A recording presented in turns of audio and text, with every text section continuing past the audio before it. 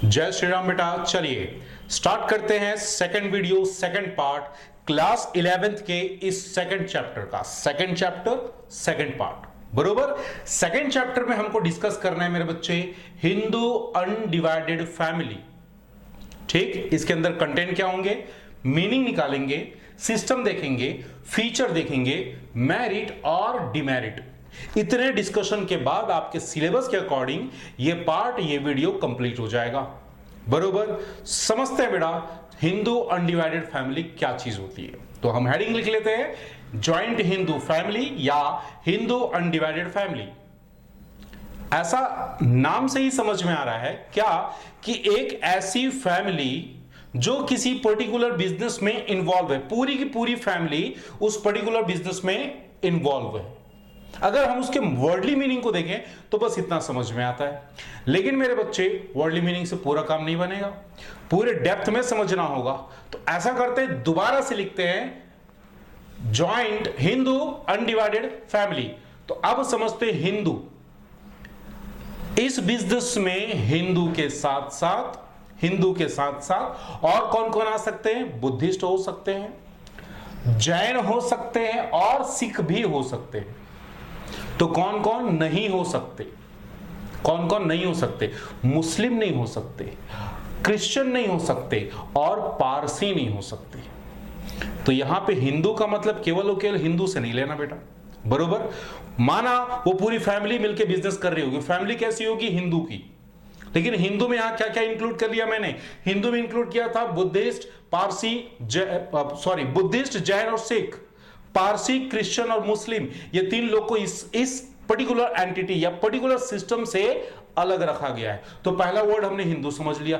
दूसरा undivided, Hindu undivided family. Undivided का मतलब एक ऐसी प्रॉपर्टी, एक ऐसा एसेट्स जिसका फैमिली में फैमिली मेंबर के बीच में बंटवारा नहीं हुआ है, जिसको डिस्ट्रीब्यूट नहीं किया गया है। एक एंसेस्ट्रल प्रॉपर्टी है, एंसेस्ट्रल मतलब पूर्वजों की, दादा परदादा की प्रॉपर्टी, उनकी प्रॉपर्टी है, उसका बंटवारा नहीं हुआ है। तो हिंदू अनडिवाइडेड। लास्ट आता है फैमिली। अब तुम लोग बताओ यहां पे फैमिली सिंगल पर्सन होता है या कम से कम दो लोग चाहिए? अरे बाबा, फैमिली बोलने के लिए दो चाहिए ना, मैं थोड़ी बोलूं आई एम द फैमिली, नहीं, फैमिली के लिए कम से कम हमको दो पर्सन चाहिए होगा।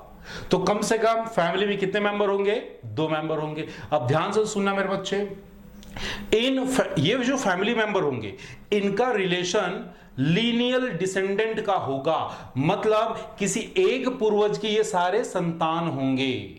बात समझ में आ रही है? इसका दूसरा मतलब क्या हुआ, किसी अदर पर्सन जो उस फैमिली से ब्लड रिलेशन नहीं रखता, जो उस फैमिली से ब्लड रिलेशन नहीं रखता, उसको उस फैमिली में हम इंक्लूड नहीं करेंगे।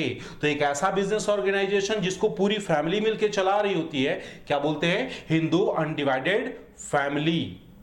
फैमिली की बात कर रहे थे बेटा, तो फैमिली में कौन होगा, लीनियल डिसेंडेंट, जो उस फैमिली में जन्म लेते हैं, बेटा हो या बेटी हो। अब ध्यान से सुनना आगे क्या होगा। बेटे ने कर ली शादी, बेटे ने अगर शादी कर ली तो उसकी वाइफ भी तो अब इसी फैमिली की कहलाएगी ना। हिंदूज में तो ऐसा ही होता है, बोलिए हाँ या ना बेटा। जहां से हम शादी, किसी लड़की से अगर हमने शादी कर लिया तो अब उस लड़की को अपना मायका छोड़ना होता है, अब वो मेंबर हो जाती है हमारे अपने घर की, मतलब उस लड़की के ससुराल की। तो उसको भी हम यहां पे इंक्लूड करके चलेंगे। मान लो हमारे घर में बिटिया है, बिटिया की शादी हुई और हमारे एक दामाद बन गए। दामाद समझते हो, जमाई, सन इन लॉ, वो हमारे फैमिली का पार्ट नहीं होंगे। अब हमारी बिटिया उसकी फैमिली का पार्ट बन जाएगी। Getting point? तो तीन चीजें हमने बात की, बरोबर। Hindu undivided family, getting point. ये जो स्ट्रक्चर है इसको कवर करने के लिए हमारे लॉ में, कॉन्स्टिट्यूशन में एक एक्ट बनाया गया, हिंदू सक्सेशन एक्ट 2005, जो पहले पुराना 1956 था, उसको बनाया गया। और ये जो बिजनेस का मॉड्यूल है, ये जो बिजनेस का सिस्टम है, ये हिंदू सक्सेशन एक्ट 2005 के अंडर ही कवर होगा। बरोबर मेरी बात? अब बातें थोड़ी समझ में आई क्या? हमने क्या बोला, एक ऐसा बिजनेस ऑर्गेनाइजेशन जिसको पूरी फैमिली मिलकर रन करती है, चलाती है। क्लियर? इसके कुछ और की पॉइंट्स देख लेते हैं, कुछ और समझने वाली बात देख लेते हैं। ठीक है, थोड़ी और डेप्थ में समझते हैं बेटा। सबसे पहला, ये जो सिस्टम है ये केवल और केवल इंडिया में पाया जाता है। सर इंडिया में ही क्यों है, फॉरेन में क्यों नहीं है? मेरे बच्चे नाम क्या है? Hindu undivided family. और सबसे ज्यादा वर्ल्ड में हिंदू मेजॉरिटी पे कहां रहते हैं? इंडिया में रहते हैं।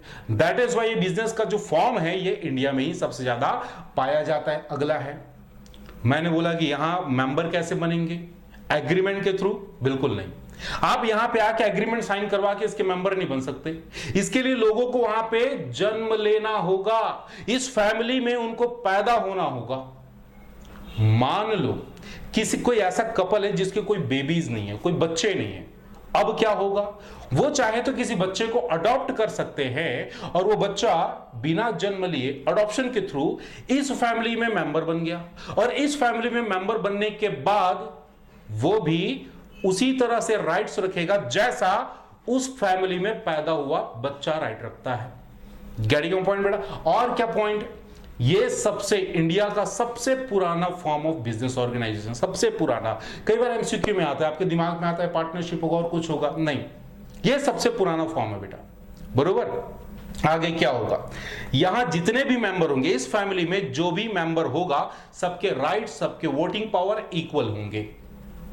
क्लियर मेरी बात? तो ये जो स्ट्रक्चर है, ये जो हमने बिजनेस का एक नया स्ट्रक्चर बनाया, ऐसे स्ट्रक्चर को आप HUF या Hindu undivided family, joint Hindu family बोल सकते हैं। बरोबर मेरी बात?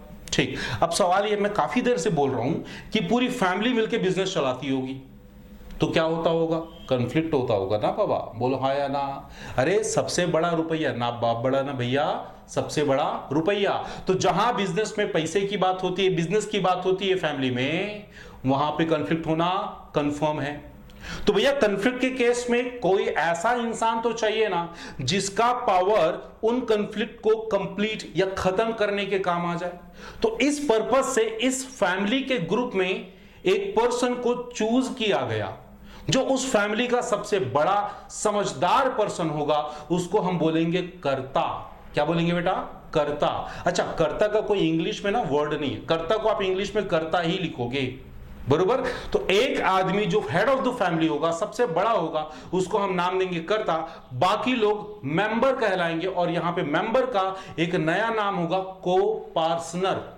क्या नाम होगा? को-पार्सनर। इसका मतलब यह हुआ कि ये जो हेड ऑफ द फैमिली है, इसकी पावर, इसकी अथॉरिटी सबसे ज्यादा होगी, डिसाइडिंग अथॉरिटी, सबसे ज्यादा रिस्पॉन्सिबिलिटी भी इसी की होगी। बाकी लोग एज अ मेंबर काम करेंगे। क्या यहां तक मेरी बात समझ में आएगी? बोलो हाँ या ना बेटा? तो ये जो मॉड्यूल बनाया गया, ये जो बिजनेस बनाया गया, क्या बोलते हैं इसको? HUF, या आप बोलते हैं जॉइंट हिंदू फैमिली। इंडिया में बेसिकली ये चीज कहां पाई जाती है? सबसे मेनली कहां है? इंडिया में है। तो इंडिया में भी इसके दो सिस्टम है बेटा। तो हम लोग बात कर रहे हैं system of family business, Hindu undivided family business. इसके दो सिस्टम बनाए गए, दया भाग और मिताक्षरा। दया भागा बोलते हैं कई लोग, बेसिकली है दया भाग और मिताक्षरा। दया भाग क्या सिस्टम है? एक ऐसा सिस्टम जो केवल वेस्ट बंगाल में प्रिवेल करता है। वो सिस्टम जो केवल और केवल वेस्ट बंगाल में आता है, जिसमें बेटा और बेटी दोनों के दोनों आपके HUF के मेंबर बन सकते हैं। बरोबर? नेक्स्ट आता है मिताक्षरा। मिताक्षरा पूरे इंडिया में है एक्सेप्ट वेस्ट बंगाल, क्योंकि वेस्ट बंगाल में क्या चल रहा है? दया भाग। तो पूरे इंडिया में क्या बन गया? मिताक्षरा। पूरे इंडिया के लिए क्या बचा? मिताक्षरा। मिताक्षरा में केवल और केवल मेल मेंबर, मतलब जो पुरुष होंगे, जो मर्द होंगे, जो मैन होंगे, उनको मेंबर बनाया जाएगा। बिटिया लोगों को मेंबर, लड़कियों को मेंबर नहीं बनाया जाएगा। तो ये एक दो कैटेगरी का हमारे पास सिस्टम हो गया जो इंडिया में प्रिवेल करता है। बरोबर? मैं थोड़ा सा आगे चलता हूं बेटा।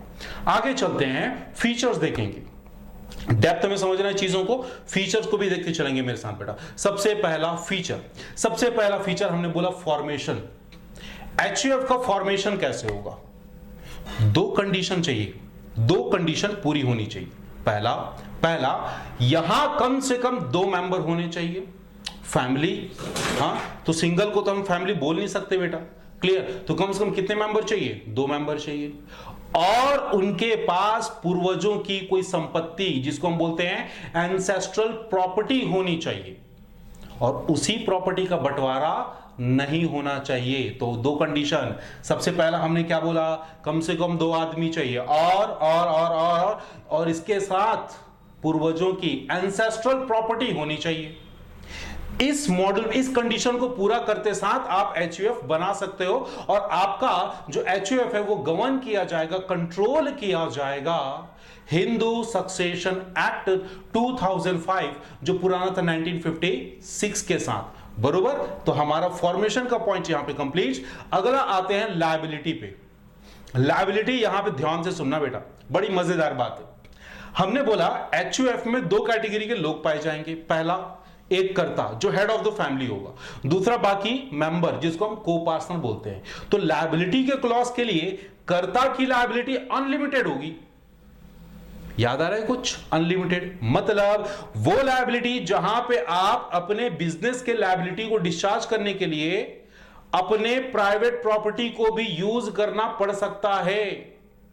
एक ऐसी लायबिलिटी जहां पे डेट को डिस्चार्ज करने के लिए प्राइवेट प्रॉपर्टी, पर्सनल प्रॉपर्टी को डिस्पोज करने की जरूरत पड़ सकती है, उसको हम बोलते हैं अनलिमिटेड लायबिलिटी। और ये अनलिमिटेड लायबिलिटी का क्लॉज कर्ता के साथ है, हेड ऑफ द फैमिली है। बात समझ में आ रही है? बाकी है को पार्टनर या मैं बोलूं मेंबर, उनकी लायबिलिटी लिमिटेड है। जितना पैसा आपने इन्वेस्ट किया है आपकी मैक्सिमम लायबिलिटी उतनी ही बनेगी, उससे ज्यादा नहीं बनेगी, बरोबर। फायदे में कौन है जरा सोचो?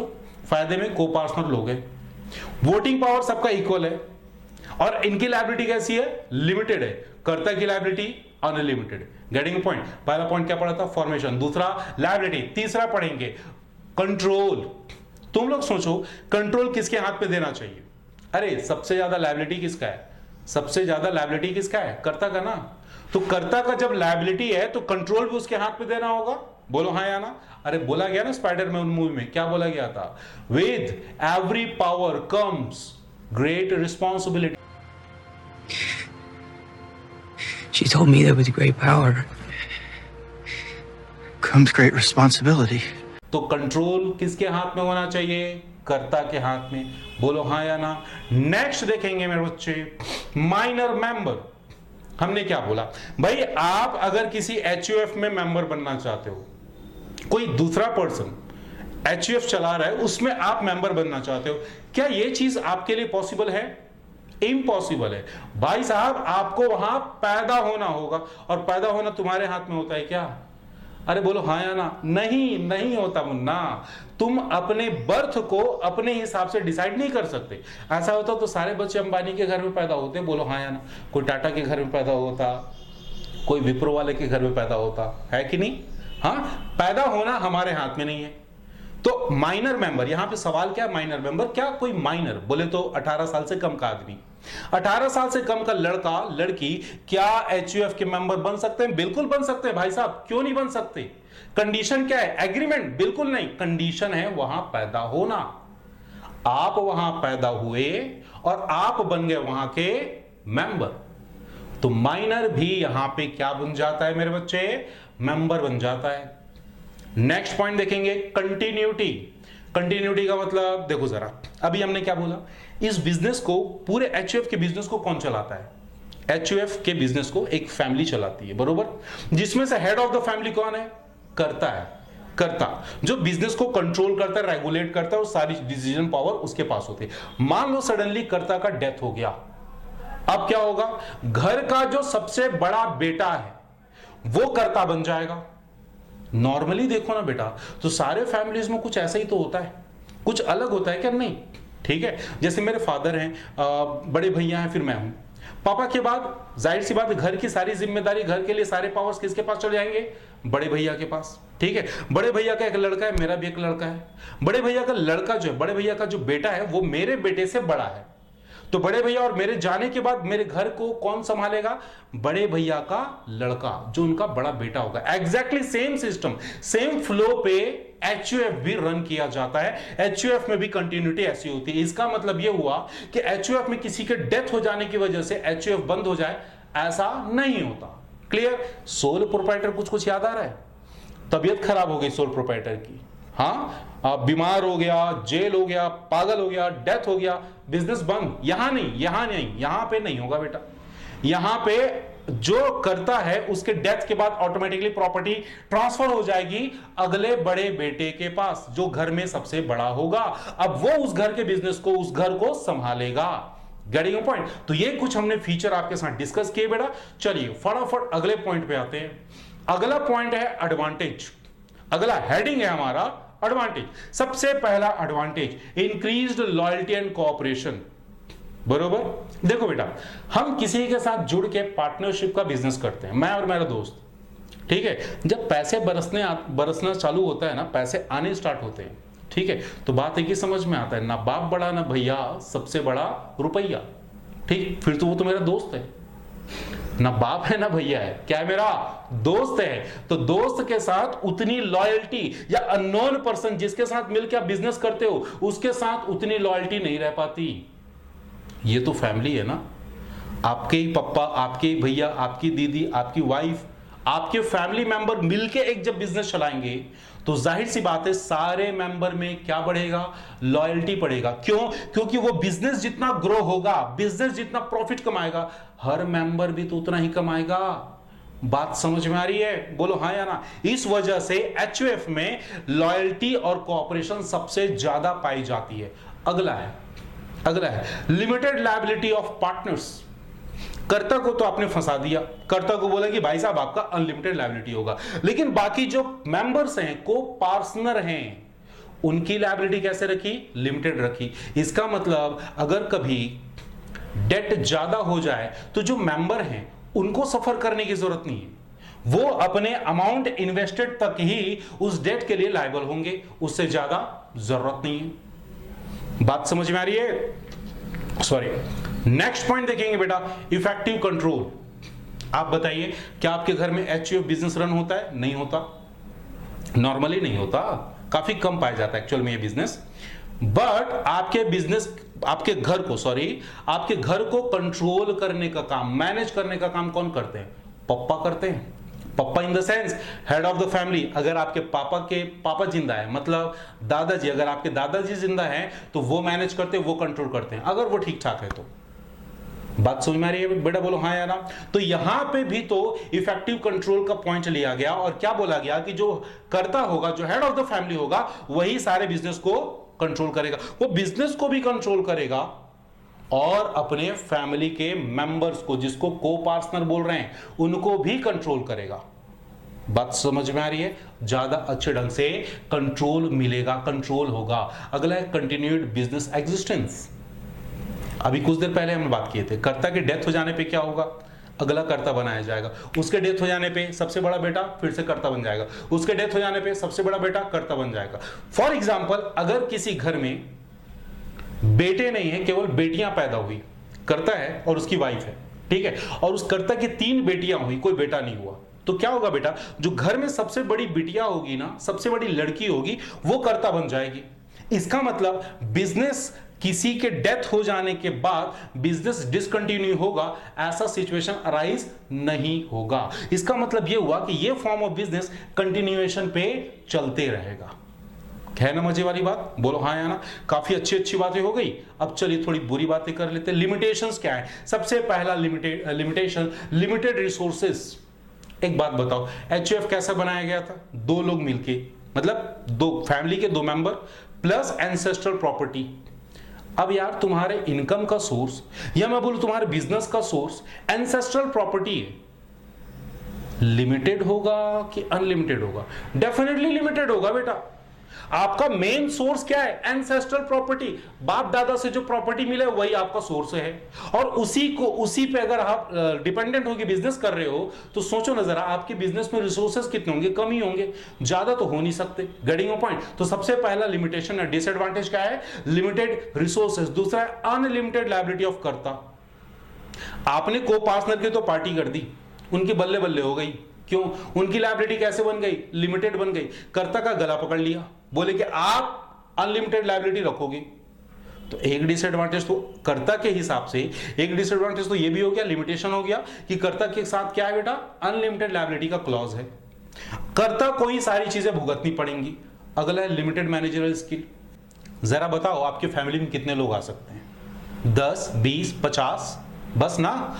मेरे बच्चे 50 लोग हो सकता है कि उनकी managerial ability, managerial skill limited हो। क्यों लिमिटेड हो मेरे बच्चे? आपका बिजनेस केवल एक फैमिली के अंदर कन्फाइंड हो गया है।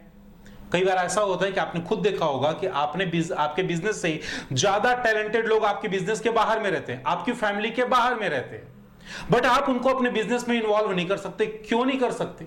Because they are not your family member. और HUF का पहला कंडीशन एक फैमिली का होना चाहिए। तो आपके बिजनेस में जो टैलेंट है, जो स्किल है, वो उस पर्टिकुलर फैमिली तक ही रह जाएगी, उससे आगे नहीं बढ़ पाएगा। Getting your point? Last point देखेंगे, डोमिनेंस ऑफ कर्ता। डोमिनेंस ऑफ कर्ता। कर्ता कौन होता है? वो पर्सन जिसके पास सारे पावर, सारी लायबिलिटी होती है। और अगर बिजनेस में कहीं कंफ्लिक्ट हुआ तो सोचो जरा, कर्ता अपने आप को सेव करने की कोशिश करेगा कि बाकी लोगों को? डेफिनेटली अपने आप को सेव करने की कोशिश करेगा। बात समझ में आ रही है? और अपने आप को सेव करने के लिए वो बाकी लोगों को डोमिनेट करेगा, बाकी लोगों को ज्यादा परेशान करने के चांसेस बन सकते हैं। गेटिंग योर पॉइंट बेटा? तो बस ये थी कहानी आपके सिलेबस के हिसाब से HUF की। आपसे अगले वीडियो में मिलेंगे बेटा। Till then keep smiling, keep studying.